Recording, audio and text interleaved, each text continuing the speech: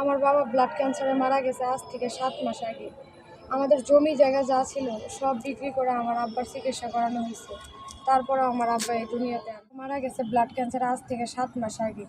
আর আমার ছোট একটা ভাই আছে, ওকে দিছি গাড়ির গ্যারেজে কাজ শেখার জন্য। আর আমার মা মানুষের বাসায় কাজ করে। আর আমরা সবাই আমাদের মামার বাড়িতে থাকি। আপু, এখন আপনি আমাদের ক্যামেরার সামনে কেন এসেছেন? আসলে আপু, ক্যামেরার সামনে তো কেউ শখ করে আসে না। আমি আমার বিয়ের জন্য আসছি। ভালো একটা ছেলে চাই, ভালো একজন মানুষ চাই। মানে আমার হাজব্যান্ড যে হবে, সে যদি ব্যক্তি হিসেবে অনেক ভালো হয়। শুধু ব্যক্তিটাকেই চান, তার বাহ্যিক সৌন্দর্য বা তার বয়স? বয়স যেমনই হোক, বাহিরের সৌন্দর্য দেখি লাভ, ভিতরেই যদি সুন্দর না থাকে। আমি বাহিরের সৌন্দর্য চাই না আপু, বাহিরের সৌন্দর্য দেখে তো আমার লাভ নাই।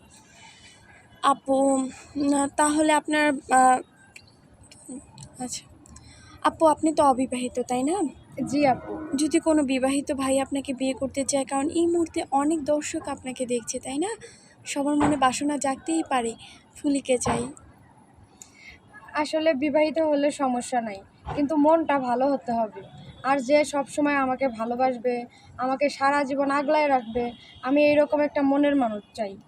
তাহলে বিবাহিত হলেও কোনো প্রবলেম নাই? না না, যদি ওই ব্যক্তির সন্তান থাকে? আসলে আমি বাচ্চাদের খুব ভালোবাসি।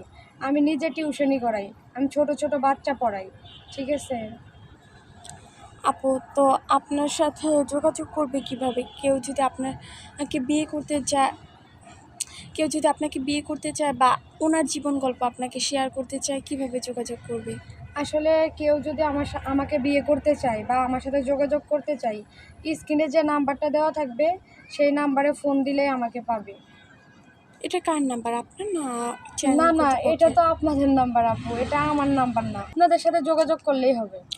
সুপ্রিয় দর্শক, ওনার নাম ফুলি। উনি এসেছে কুড়িগ্রাম জেলার থেকে, প্রত্যন্ত এক অঞ্চলের মেয়ে। সুপ্রিয় দর্শক, ওনার নাম ফুলি। উনি এসেছে কুড়িগ্রাম জেলার প্রত্যন্ত অঞ্চল থেকে। কেউ যদি ফুলি আপুর সাথে যোগাযোগ করতে চান বা আপনার জীবন কল্পনাকে শেয়ার করতে চান, স্ক্রিনে একটি নাম্বার দেখা যাচ্ছে। এই নাম্বার ইমো হোয়াটসঅ্যাপ দুটোই আছে। ইমো বা হোয়াটসঅ্যাপ নাম্বারে আপুর একটি ছবি স্ক্রিনশট মেরে পাঠিয়ে দিবেন, অবশ্যই আমরা যোগাযোগ করিয়ে দিব। আপু, নামাজ কালাম পড়া হয়? জি আপু, পড়া হয়। আমার যখন 8 বছর তখন থেকে আমি কোরআন শরীফ পড়া শিখছি। আলহামদুলিল্লাহ।